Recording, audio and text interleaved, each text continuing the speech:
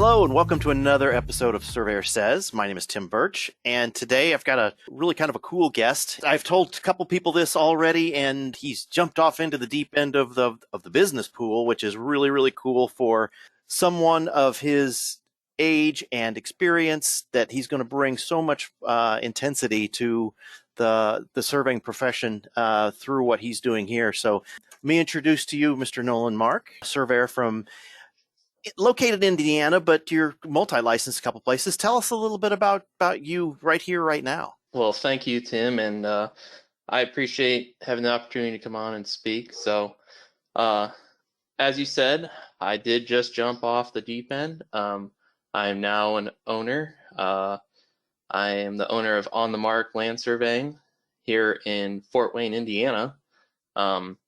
I am licensed in Indiana. My first license actually came from Kentucky, where I went to school at Murray State.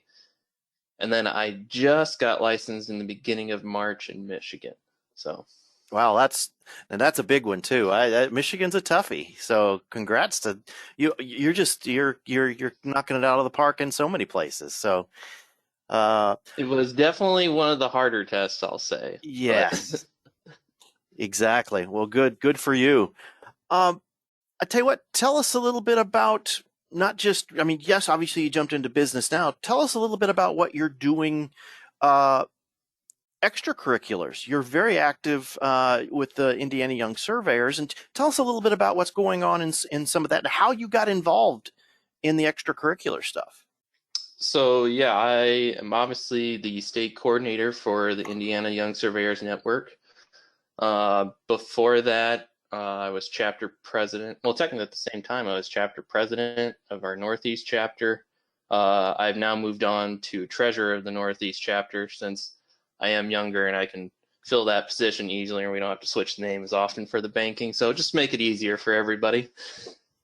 And then, I've been involved with state society stuff even since I was in college. Like I said, at Murray State, our professor always made it a point that if there was a bi-monthly chapter meeting, to try to bring us along. And just going to those as a student really showed how strong you need to be involved with the profession, and just that bond you get from just talking and just having dinner with other surveyors. I mean, especially for students, people looking for internships. I know there's probably 2 or 3 of us, not myself specifically since I was from Indiana, but there's at least 2 people that had an internship with somebody locally, and that's pretty big if you're a college student. Exactly. No, it really is. Well, it's good to see that you were exposed, and you understand and see the value in being part of a group, part of an association. I know that's a struggle for millennials and Gen Zs right now on what is the value of membership in something and being part of a more of a professional group. But I'm glad you saw that value early, because there is a lot of stuff to chase down as far as being able to be an advocate for the profession. So kudos to you for staying on top of that. With the Indiana Young Surveyors, you want to talk a little bit about what activities you've been putting forth and being very active in? Yeah, so I guess a little bit about Indiana Young Surveyors. We're pretty fresh.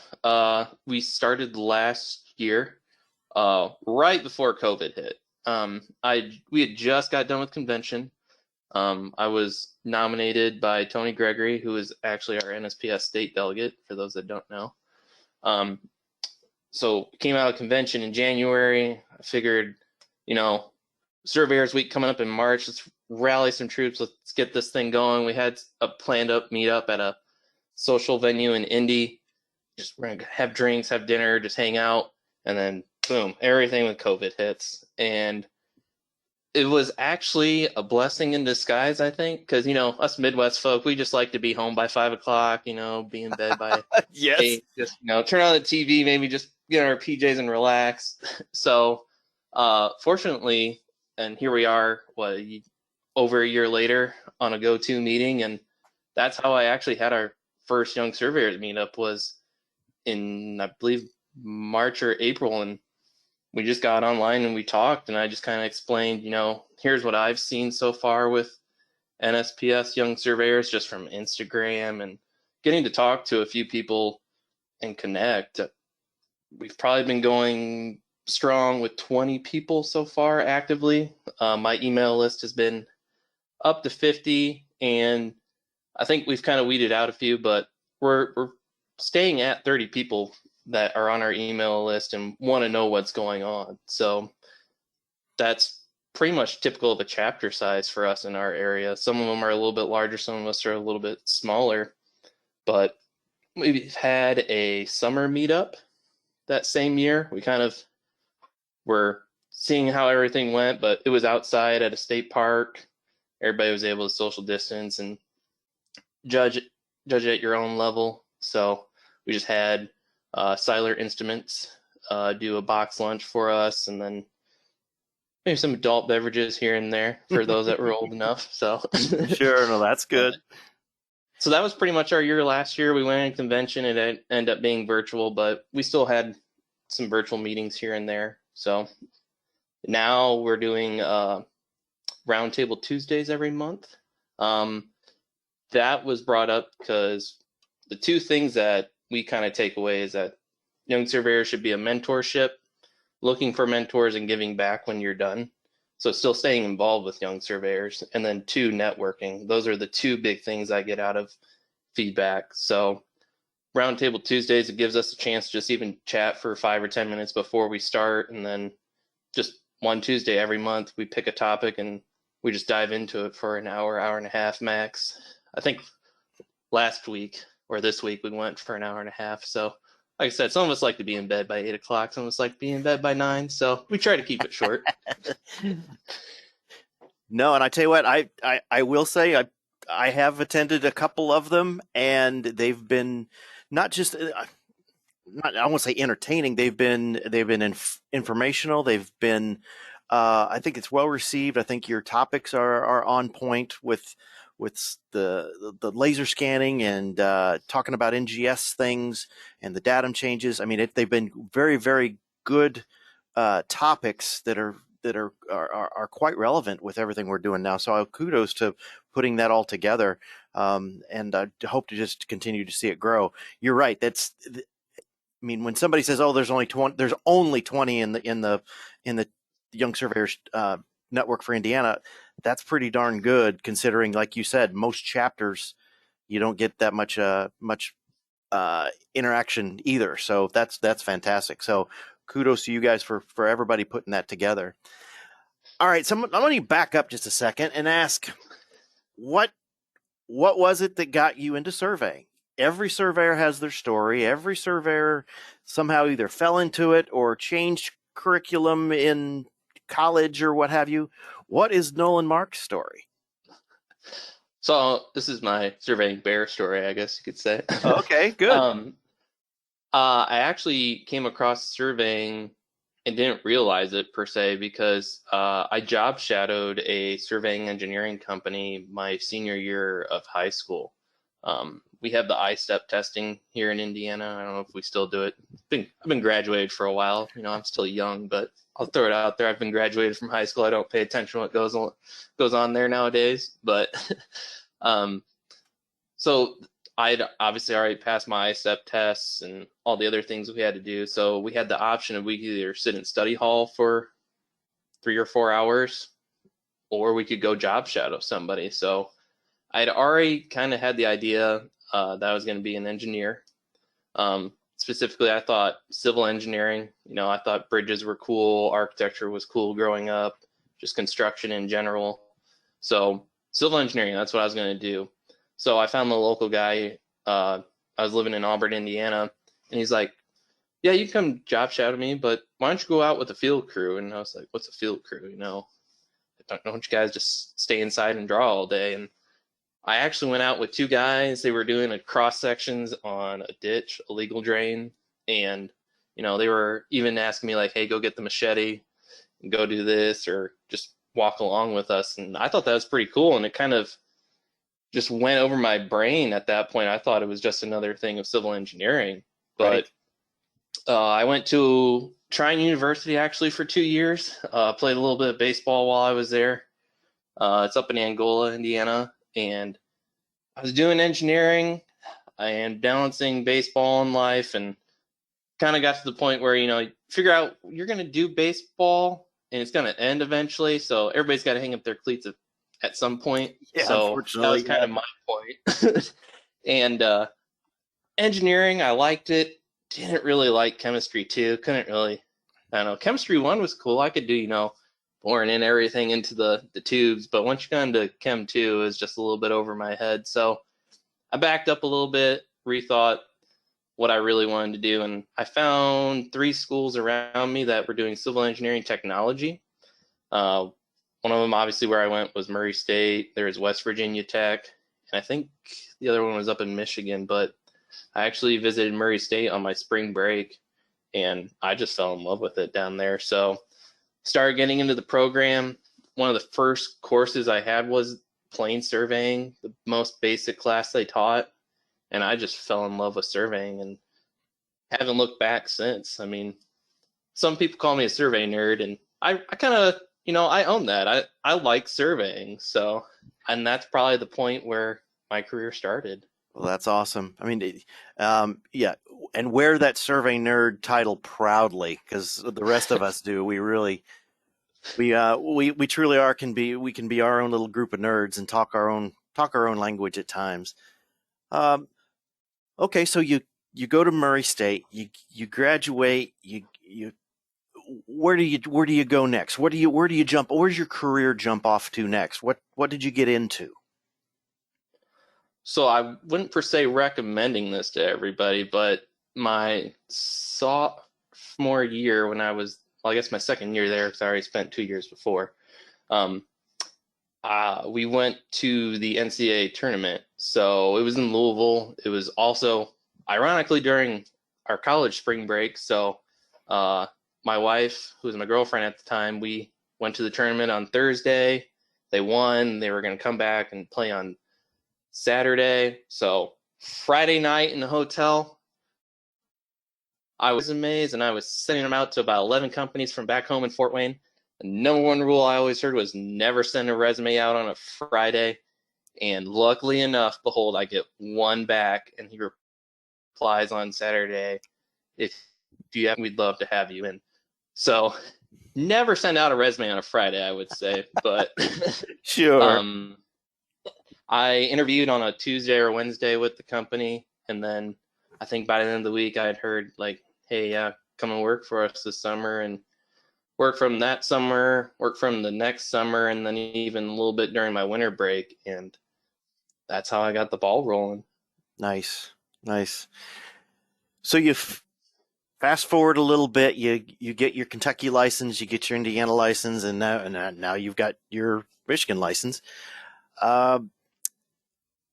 What drove you to make that decision that I can do this? I'm going to start my own firm. I want to be my own boss. I want to do things my way. I guess what steps along the way gave you that confidence that you could do this, that this is something you really wanted to chase after and try to make this on your own?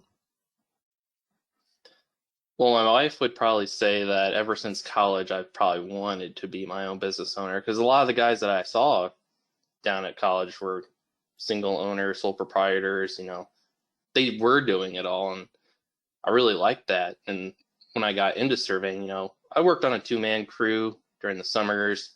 After graduating, I was on a 1-man crew. I'll poke fun at myself. I worked at a few companies here and there, so it's okay. I'll admit it. But, some people would always say, oh, you're just jumping around to get more money.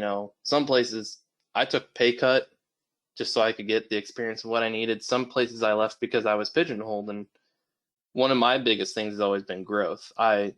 If I'm not learning, I just didn't feel like I was pushing myself, and I wanted to do more.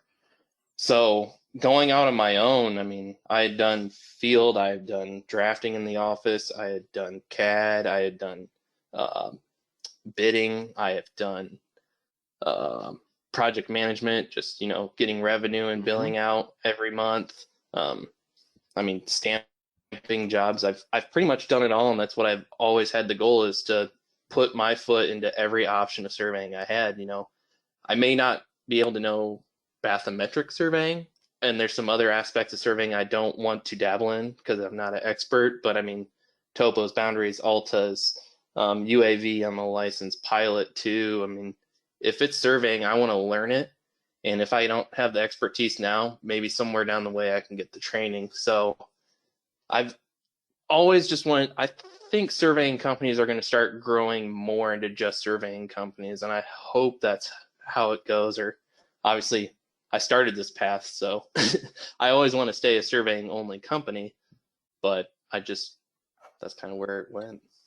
You know what, and I'm glad you said that, because that's a good, I think that's a good future topic for other times. But I think the fact that you touched on it is that I think there is a time now where we really have to consider about surveying only companies that, so often through growth, the engineering companies acquire surveying and make it all in-house and whatever. I think that time has come, and you've probably jumped off at a great time that surveying really, I think, to also then earn the respect that the profession needs as well. It needs to be on its own, and that way you are concentrating solely on the surveying and not worrying about all the other things that go on with a multidiscipline firm. So, no, I think you've got the right mindset there as well. That's awesome. That's kind of like my tagline or motto. I always say, defining boundaries, but redefining expectations. I will live and breathe by the minimum standards of every state, but sometimes, I started off technically flipping burgers and shaking chicken wings at Buffalo Wild Wings. It's a customer service industry, and surveying is a professional service industry. We're here to serve people. Some people won't pick up the call or not even call back, and I pick up every call, or I call everybody back within a timely manner, I think. And that's just one thing I hope people will start doing more in our profession. And I hope the people that are listening to this podcast hear that and how important that part of it is, because this young man gets it, that it is customer service as well. And I think that's the one knock on surveyors has been our business acumen, or lack thereof, that they want to be out in the field, they want to go do the survey and be left alone. If you're going to be a successful surveyor, you need to be a successful business person as well, no matter what part of it you're in. And I applaud you for having that attitude. That's a great attitude that's going to take you places. You talked about your experiences and your body of knowledge, and not knowing everything and knowing your limitations. But you also talked about UAVs and some of these other higher tech things.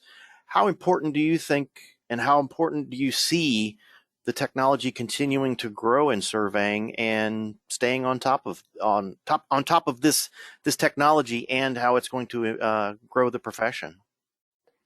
Well, everybody's kind of always poked fun that they think technology is to blame for why surveying is kind of taken the dip that it has. And I won't doubt or say it's probably not a cause. It's probably not the only cause, but I mean, just staying on top of technology, robots, typically one-man crew now. I hope to grow my business where I'm employing a few people, and I want to bring back the two-man crew. I hope it takes that route. And obviously I'm a one-man shop right now and it's doable, but just staying up to date with robots, GPS, UAVs, it's just another tool in the toolbox. I mean, I know there's drone companies out there, but scanning, I really think that's going to be a big part of the future, just not only because of the technology, just safety in general. There's so much things going on in the world. I mean, I was on a job my first week on my own, and I don't have a fancy truck with flashers, or I just have four ways and a bubble light. No, nothing fancy right now. I got to start somewhere.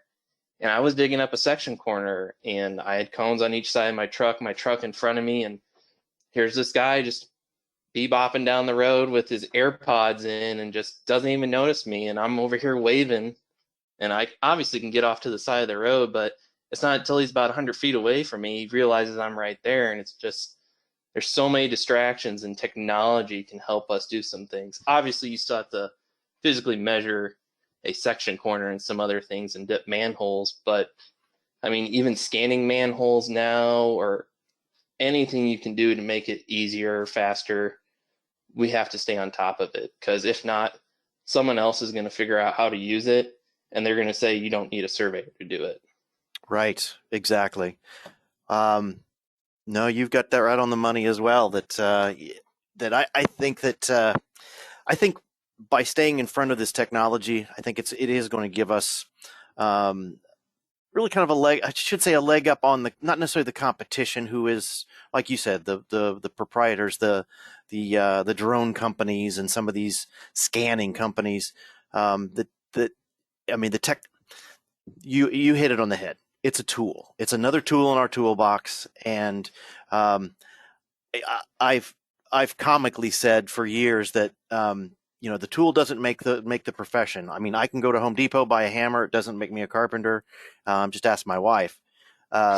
So it's a lot of things like that. It's the tools. It is the tools, but it is the application of those tools, and something that that you said that it is staying on top of that, and I applaud you for taking that tact. Um, all right, so you've got some field experience. Um, what's it been like in the field? And I say that kind of tongue in cheek because you're my neighbor in Indiana. I'm in Illinois. All my field work has been here in the flatlands of Illinois for the most part. Um, what's surveying in Indiana been like? So I have a little bit of experience in Indiana, Ohio, and Michigan together. Oh, nice, nice. Mostly in the north part, we're pretty flat land, Even in Michigan, I've done some lower Michigan work, and it's pretty flat. We got a lot of cornfields. I think there's a song about flyover states or something like that. I wouldn't count us as one per se, but I think they mention us. But Right. there's a few young surveyors that joke they're in God's country down there in the south, and they got hills and all the forestry, so they need all the fancy newer units of GPS so they can get back there and measure it still. And up here, it's pretty flat. That doesn't make the cost any less. We're still going to survey it for what it costs, in my opinion. But it's home. I Mm-hmm. really like it. I grew up in Michigan City, Indiana, which is over by the lake. Yes, it is Michigan City, Indiana. Yeah. Does Yeah. on Lake Michigan, but it's pretty wild. It's not up and down hills, but it's surveying, in my opinion. It's just no matter where you go, you're still going to do it the same way. It just might be a little bit easier to drive down a section line than to traverse a mountaintop. Oh, So, sure. Exactly. Well, every surveyor I know has a story. Do you have anything from the field you'd like to share with anybody?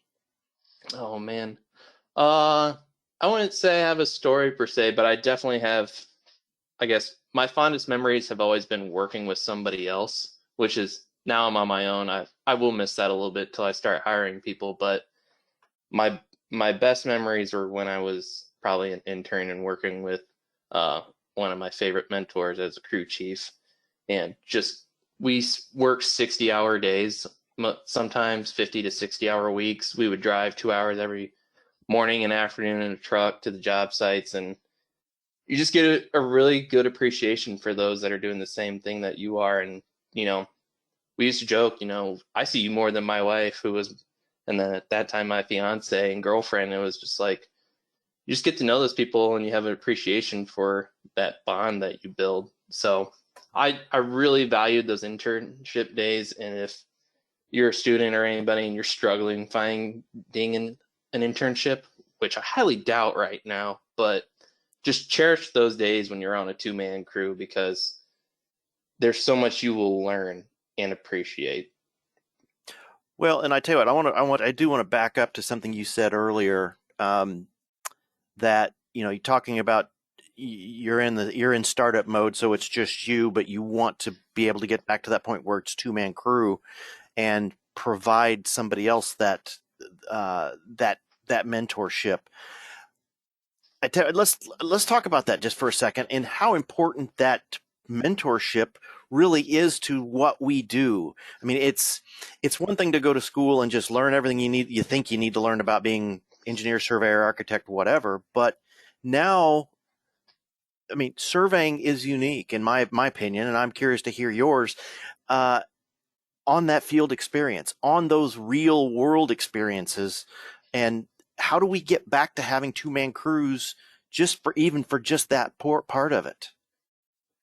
Yeah, I mean, just getting back to two-man crews, I mean, we could spend probably hours talking about just rates and pay and other things, and I won't go down that route, but man, just mentorship in general is probably one of the big things that is just key to my career. I mean, I've had some good bosses, but I've had some really good mentors, and I can touch on a few if you'd like me You to. know And what?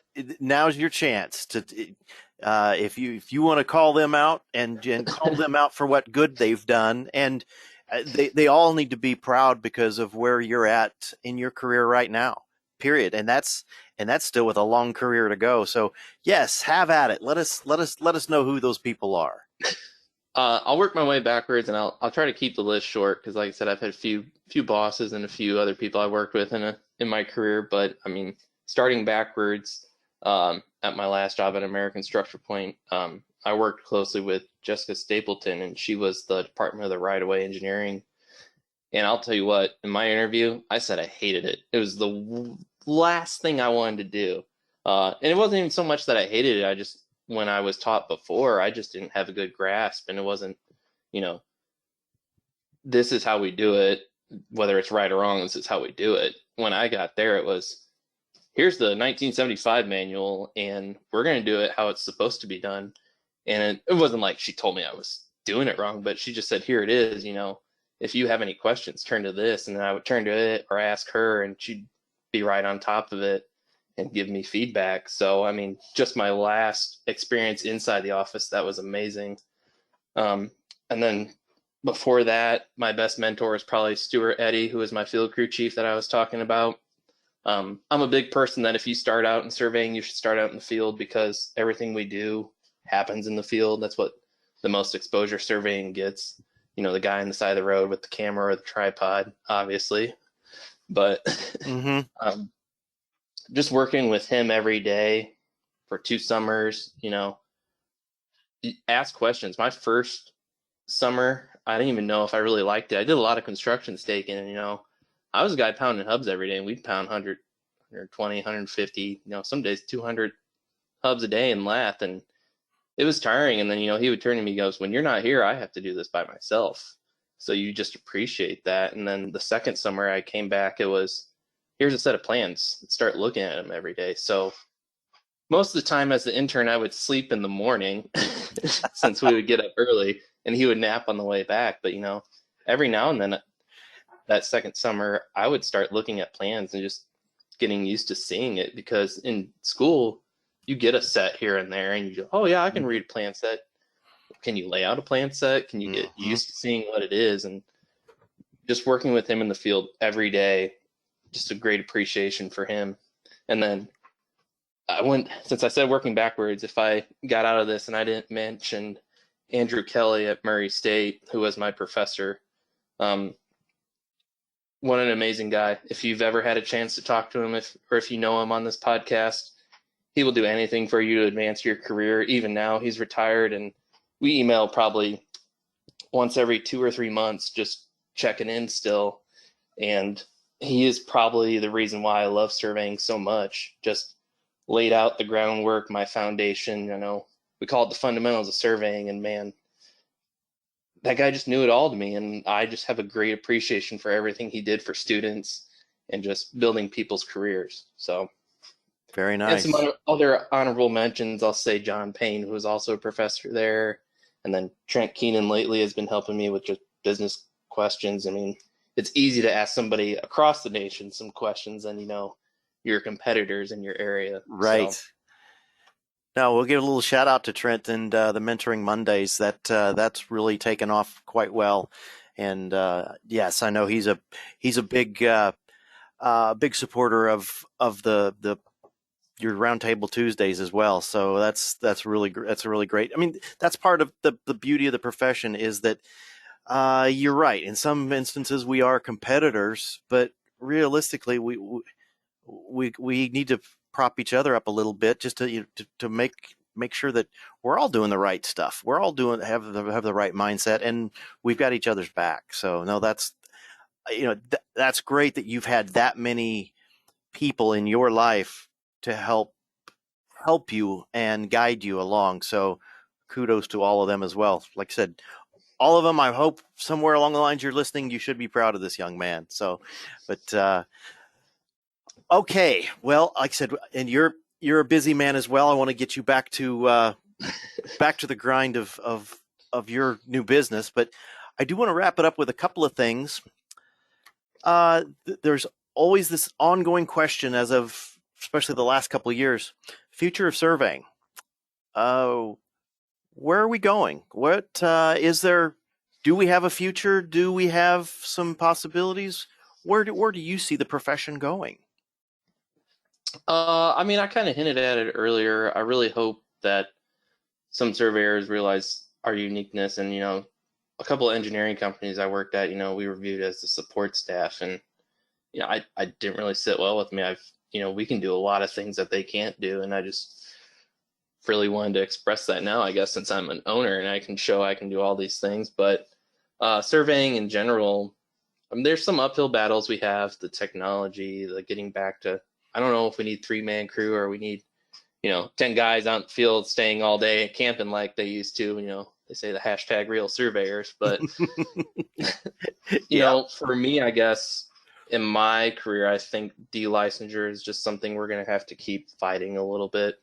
That's always going to be an uphill battle. I don't think surveyors are ever going away, but with the technology and everything else, we need to stay on top of, hey, this is my stamp, this is my approval.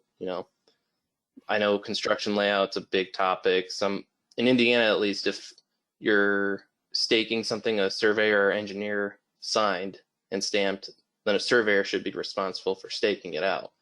And I'm not throwing anybody else from the bus, but I know there's maybe a few companies out there that might be doing that, but there's just a lot of things that we shouldn't lose our ground on. I know GIS is a big topic, but luckily that kind of stands for get it surveyed now, so maybe that's a good thing. But yeah, well, good. Well, good. Yeah, I think the future's bright. I think a lot of young people will see that it's a rewarding career. The numbers do go down, but the numbers do go up. So I just think we're in that down period right now. And me personally, I try to get in front of as many students. I was just at the VU hybrid class the last month, and we were talking about this too, and we were there for like an hour and a half just talking about surveying in general, and we were there just to talk about scholarships. So right. Well, good. All right, the last thing I've got, you're thrown in front of from high school students, and you've got your 60-second elevator speech on what's the value of being a surveyor. What can you tell them in that short period of time of why they should consider surveying as a potential profession with all the things geospatial? All right, well, I'm on the clock. I don't know if I can do it in 60 seconds. You've got whatever you need. I typically tell them, there's do you like being outdoors, and then do you like being indoors? Right now I can do both. If you get licensed, you don't have to come inside. You can stay outside, and it has a lot of value to have a licensed surveyor out in the field. If you like construction, we're involved before, during, and after, topo or boundary, alta, construction layout, and then doing as-builts afterwards. I mean, you may not be the one physically putting the building together, but there's a lot of liability and money if that does not go where it's supposed to go. So even if you think you don't want to get in design work, but you kind of be involved in plans and construction, you can do that. There's just so many opportunities right now. If you can't get a job, I don't want to say call me, because I'm not really technically hiring right now. I got a few things I want to pay off and buy first, but the opportunities are endless, and I don't see that going away anytime soon. and no disrespect to engineering architects or anybody out there, but man, surveying, it's a beautiful career and the opportunities are endless. Very good. I think that's a perfect ending. I really do. Thank you for your positivity. Thank you for your enthusiasm for the profession. And like I've said with several of our other younger surveyors through the last couple of months, write this guy's name down. You're going to hear more from him.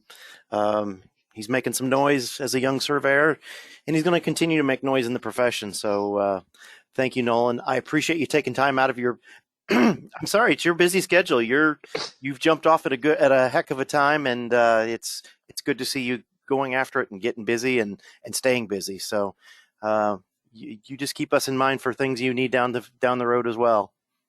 Oh, I will. And if you're a young surveyor listening, I mean, I encourage you to either figure out who your state rep is to get involved, or if you don't know who it is, ask somebody in your society. And if they say they don't know, start it up.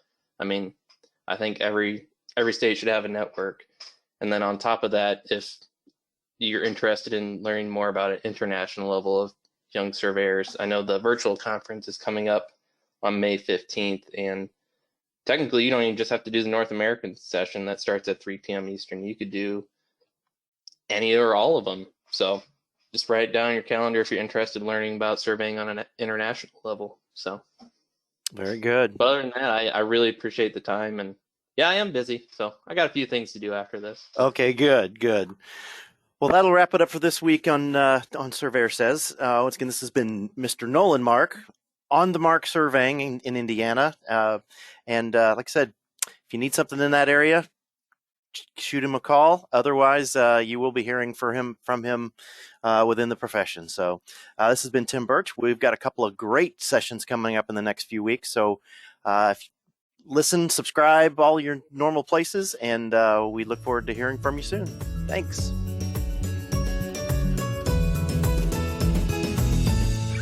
You've been listening to the Surveyor Says podcast, brought to you by the National Society of Professional Surveyors.